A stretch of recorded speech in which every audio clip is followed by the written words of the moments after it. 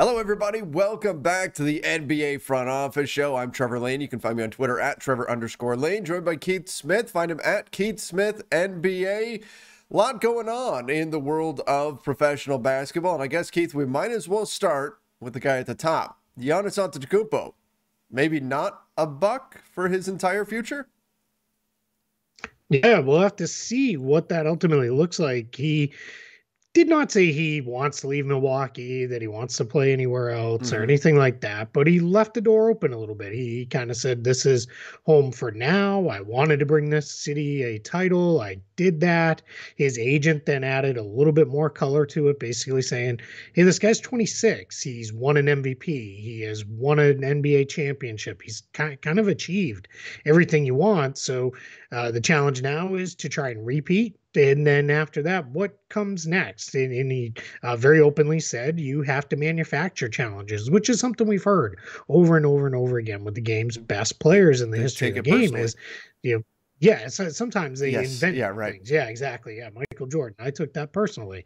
I think there's been times where, LeBron James, Kobe Bryant, guys, it was almost kind of like, who is underrating you and counting you out and those kind of things. And it's just kind of how it goes, with the game's best is they have to find ways to keep challenging themselves when they've kind of vanquished all other challengers. So so it's going to be interesting to see where this goes. As we were talking about before we started recording, it's a long time before this is probably going to matter anyway, because he's under contract for a good number of years yet. With the Bucks, so it's not going to be something that comes into play anytime soon. But yeah, he is. We'll see. It's first time he's ever left it open. Player option in 2025 for. So he's going to be a Buck for a while. But it's just interesting that and right now you can imagine. My buddy just left. He just bailed out on me. So if you were watching the very beginning of the show, you saw our old Golden, our 12-year-old. He was locked out, but my wife packed up and headed for the kitchen. So he was like, I gotta go. He said, if Giannis is out, then I'm out. That's it. I'm out too. Yeah, I'm done here. Yep. Let's talk. Speaking of other star players, Adrian Wojnarowski just announced that LeBron James looks like he'll be returning against your Boston Celtics on Friday, which will put him out against Giannis's Bucks. On Wednesday, which if you watched the Lakers and the Bulls last night, you know how badly they need LeBron back out there on the floor. But still, good news in any event, just getting LeBron back out there and healthy. And we talked about this yesterday. It's always more fun when both teams are at 100% in a Celtics-Lakers game. Yeah, and we'll see if Jaylen Brown is able to go. He did some encore work the other day. The Celtics just wrapped up one of those mini series in Cleveland. They're headed to Atlanta for a game on Wednesday night and then home for that game against the Lakers. That's the first of a back-to-back for Boston against the Lakers. And then I believe it's the Thunder the next night coming into town. So Jaylen Brown may be back. Sounds like he's getting close. We'll find out about Robert Williams. He left last night's game with a knee injury. We don't know what that's going to come to be. So let's say between the Lakers non-LeBron multitude of injuries, the Celtics with some guys banged up. Let's say healthy-ish for that game, but it looks like they're heading in the right direction. I mean, let's hope everybody gets back to at least back on the floor, even if they're not quite 100%. Because again, you hate these games where it's like, well, okay, they won, but right, but all these guys are out or whatever. It's unfortunate. Yeah, no one's tuning in for Aaron Nesmith, Malik Monk, Celtics, Lakers next on ESPN. Like, come on, that's a heck of a promo. I like that one. Marvin Bagley, a player the Kings would very much like to move, and I thought this was hilarious. I saw your tweet. I didn't realize he was playing until I saw your tweet, Keith, and I went, of course he is. They're playing. The big rumors that the Pistons were interested in Bagley. So guess who suddenly is playing for the Sacramento Kings? Marvin Bagley. It's only his second game of the season that he's played in, and they play him against the Pistons. Now, maybe they did more harm than good because he didn't have a great performance. He was not a great stat line, like 3 for 9 shooting or something like that. But still interesting that they're playing the Pistons, and so the Kings made sure, hey, we're going to put you out there. Go impress them. It's a live trial. At least show you're healthy and can run around and do things. I thought the Kings absolutely hammered the Yeah. Pistons too. And this was interesting because this is on the heels of the report that Luke Walton's seat is getting Hmm. hot, and he may not be the Kings coach much longer. I also thought it was funny the one of the guys rumored to go back the other way is Rodney McGruder. He played 10 minutes for the Pistons in this game, so it was a little like, hey, let's showcase our guys to each other, and let's see what happens here. But yeah, it's one of those where it's I'm not going to go as far to start the free Marvin No. movement, but it's let's get this guy moved on somewhere else where maybe he has a chance. Speaking of bigs who were early picks in the draft, in fact, I guess they were both pretty early. Well, Evan Mobley dealing with an elbow sprain right now, and that's Yeah, he left last night's game. brutal, brutal, brutal. I Yeah, mean, I said this before we went on air. Why can't we have nice things? It feels like all the players are just yeah. getting hurt right now, and Evan Mobley was one of the bright spots in the NBA, and now he's dealing with an elbow sprain. I mean, unfortunately, like it could be worse, right, than an elbow sprain, Sure. but still not ideal. No, yeah, and the Cavs, Kevin Love, Laurie Markkinen are now out of the health and safety protocols, but are working their way Mm. back. We've seen teams as guys have to take that 10 to 14 days off. It's usually followed by close to a week of kind of reconditioning work because during that time they're not really allowed to do much, especially if they actually do have COVID and are struggling with it. So it's yeah, they're without those two. Jared Allen was a late scratch last Mhm. night. So Mobley moved up and played the five. Really struggled. You could tell something wasn't right. He went 0 for 11 from the floor in the game. Did not look like himself after playing really well down the stretch against Boston a couple games ago. Yeah, left with the right elbow sprain. The Cavs had to close with Dean Wade D at center. Wade. So not D Oh, Wade, different, but yeah, well, a different different D D Wade. Wade, a different one. But yeah, and then Taco got some actual real run And it in this wasn't even game Tuesday. because they did nothing. That's it. Wasn't Wow. Tuesday. Taco Mondays in Cleveland. So yeah, it's Cavs pretty banged up, and that's tough for a team that's been one of the real surprises to open the season. They're Yeah, playing they pretty really well. have been. Keldon Johnson switches agencies, joins Clutch, which Yeah. whenever this happens, In before everybody ex- comments, he's headed to the exactly. Lakers.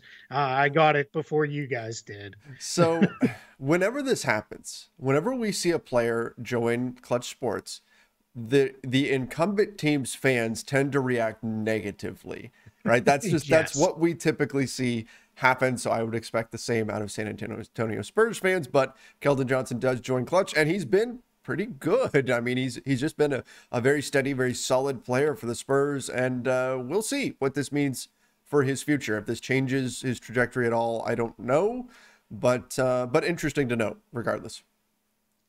No, absolutely. And Keldon Yeah. Johnson is good. I don't know if people realize that he is that good. He is he didn't play much as a rookie. Really started to play a lot as a sophomore player. Started 67 of the 69 games he played, and then really this year has even taken another level. His jump shots gotten better.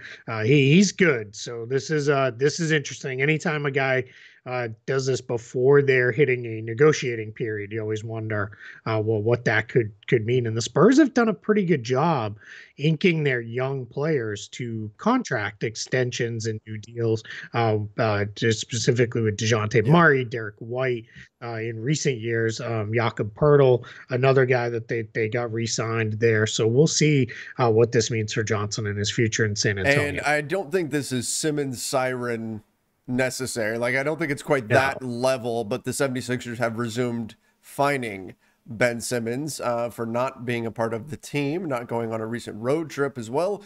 And Rich Paul, Clutch Sports, have responded by saying that the fines are making a negative impact on his mental health in a way to get the Yeah. 76ers to maybe not find him. So they kind of just keep going back and forth here. Please trade him soon, 76ers, so Yeah. we can move on Yes. from this. Yeah, it's just what's really disappointing with this whole thing is if Simmons gets traded and then within days plays for And it's his new totally team fine. or within a Yeah. week or whatever, once he's kind of the normal acclimation period, it is totally fine and we never hear this again. This is really a shame because we've made so much progress in professional Hmm. sports where encouraging players, especially male athletes who are supposed to be, in the old school terms, tough, and you don't let people know that things are bothering you and all this stuff. It's you.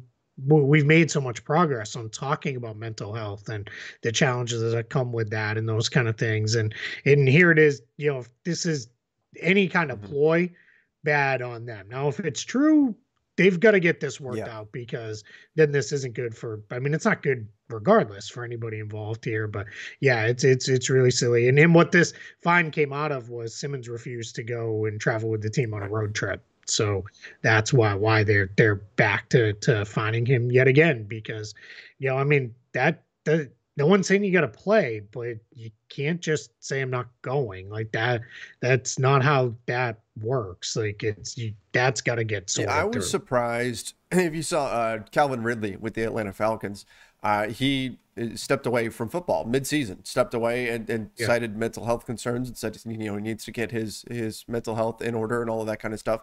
And I was surprised and impressed by how many people reacting online on social media were in support of him and saying, wishing him the best and Hmm. totally understand and not, I mean, there were the fans out there that were upset, Oh, of but I course. was Yeah. surprised by the amount that were coming out in support of him in this situation. And I just think if we go down that path where mental health suddenly becomes a negotiating tactic, and we can't say that's what's happening here, but like you said, if it plays out where Ben Simmons suddenly gets traded tomorrow and then he's playing the day after, it's going to look like this mental health thing was a negotiating ploy more than anything else. And Yeah. we don't want to go down that road. That's not what this needs to No. turn into. Exactly. Yeah, because then it's just Yeah. bad for everybody. It's just not. Yeah, absolutely. Yep. Oh, I'm with you. Joe Harris, unfortunately, dealing with an ankle sprain. The Nets, obviously, Yep. they're missing some players already. I mean, Kyrie Irving, but Joe Harris dealing with an ankle sprain. That's not good news for them. But hopefully, it's something he will. Hopefully, it's not a high grade sprain or anything like that. Yeah, and that takes shine off. They're playing the Yeah. Warriors tonight, so just you wanted to see those teams at relatively full strength going into that game, and I know people would say Kyrie's not there, but as I've been on record saying, I now think of Kyrie similarly to a season-ending injury, or like a situation like Right. Jamal Murray or Yep. something like that, where I don't even know if we're going to see him play this year. So I almost take that out of the mix. But yeah, Joe Harris down. That's dealing with some depth issues because Paul Millsap is still out for personal reasons. So we'll see what this looks like. And the Warriors, they're playing pretty good basketball to open the year. So Mhm. despite that, though, lots of star power tonight. Light night too. That's the only game in the early window for now. I can say us East Coasters. Now that you're on this side, two late ones, Philly and Utah, and then San Antonio and the Clippers. Are the two late games. But yeah, Warriors Nets, the only game in that early All window eyes tonight. on them. Yeah, for Chris real. Duarte from the permanently banged up Pacers, dealing with a Ridiculous. shoulder injury. The Pacers and the Lakers right now are doing the Spider-Man meme, because that's Yeah, basically right. what's going on there. But unfortunately, dealing with a shoulder injury. Always hate to see another rookie now with Evan Mobley hurt, that's dealing with an injury, but not great for the Indiana Pacers. You already mentioned Robert Williams, Kevin Huerter for the Atlanta Hawks, another Yeah. young player, left the game early. And so, I mean, Yeah, hamstring fortunately, and tightness. hamstrings are tricky. They're the kind of thing that can linger. And so you have to be Yeah. careful with it. That's what's had Jalen Brown Yeah. on the shelf now for a couple weeks. Yeah. But fortunately, the Hawks do have wing depth. So that helps them navigate an injury like this They better do, than what another team might. sure. But But DeAndre DeAndre Hunter, Hunter, yes, that's the thing. yeah. So now you're down two guys. So now you're kind of down to Bogdanovich and Right. Reddish. There was a thought: do you go big and play Gallo? Do you put DeLon Wright in the opening lineup and move Bogdanovich up a slot? Does this mean Solomon Hill plays more? Could Timothy Luwawu-Cabarrot's been kind of at the end of their bench? Does he see minutes? Well, what does this mean for the Hawks? But yeah, they're going to go through it here for a little bit with some injuries. Hunter out, Onyeka Okongwu, of course, injured, has not played yet this season. Probably not coming back till after the holiday period. So yeah, it's let's see where this goes. And lastly for today, preseason games are going to be taking place in the United Arab Emirates. Thought this was interesting. I mean, first of all, the NBA has been marketing itself as a global brand, and the game has indeed been growing around the world. Even just from our viewership from our shows and stuff, we've been seeing more international fans come in year by year by year, and it's been a very, very cool thing, cool experience. But this is interesting that not only are they continuing with overseas preseason games, that's going to become a thing again, but the United Arab Emirates in particular as a location, I think, is an interesting one. Yeah, that part is where it really jumps out, right? Because we had seen for a number of years the regular season game that was played. Yeah, we'd seen China preseason games, regular season games played in both London and Paris in the past. Teams have gone and regularly played in China and Japan at times in the preseason. So yes, this is the location is interesting. It's a return to the Middle East because it's the teams had played in Israel in the past in preseason games against Israeli professional clubs. So let's see what where this goes here. It is maybe if you want to be super positive, let's take it as a sign things are returning back to normal. If they feel like, hey, we can do the international travel again. Hey, you mentioned something. I know we're at the end of the show here, and you're gonna run off to cover some Lakers news. But I wanted to put this out there because you mentioned our fans and our audience on our last video yesterday. Comment from Bree N. Congratulations, NBA front office, for reaching more than 1 million video views. Yeah, that's pretty cool. That's pretty cool. I gotta admit, I mean, 1 million, I don't know what that means, but hey, I'm gonna take it, man. 1 million's still a big number in this guy's mind. It absolutely is. And so it was very cool to hit that. I actually saw that yesterday. I was pulling some stats on some things and I went, oh, cool. We hit 1 million. But it was after we recorded yesterday. Yeah, very cool to have actually hit 1 million and that somebody else noticed and commented. So thanks to Bree N, if you're following on this one. Thanks for calling that out for us. We appreciate that support. That's right. And we do appreciate everybody who has joined us in this adventure that we've been on since starting this up. We really appreciate all the support that we've gotten and everybody that's subscribed and turned on notifications. I saw somebody as well who said that they tune in every single day and have since we first started the channel, and they rely on us for their NBA news. Very cool to hear, and again, we certainly appreciate all the support that we've gotten from everybody. Yeah, no doubt. Yeah, it's we're trying different things, trying to figure out the formula and timing and pacing and content that works because we want to bring you guys what people want to hear, and we know that may not hit everybody, right? It's hard to find a show that's going to cover everything that everybody wants. There's but we're doing our best. So continue to put in the comments. Both Trevor and I look at those all the time. So put in there what you think and different thoughts you have about what you'd like to see in that. We've got some stuff planned coming forward. We kind of been waiting to get about a month in. So then we can do some wild overreactions and things like that. So we've got some fun stuff planned coming up here, topic wise beyond just the news and notes. But yeah, it's we're as we said before, super thankful for all the support. Absolutely appreciate all of you out there. And Keith, I think that's a good spot to end it on. So everybody make sure you are following Keith over on Twitter at Keith Smith NBA. You can find me at Trevor_Lane on an Instagram at Trevor Lane NBA. Till next time, everybody, stay safe and see you.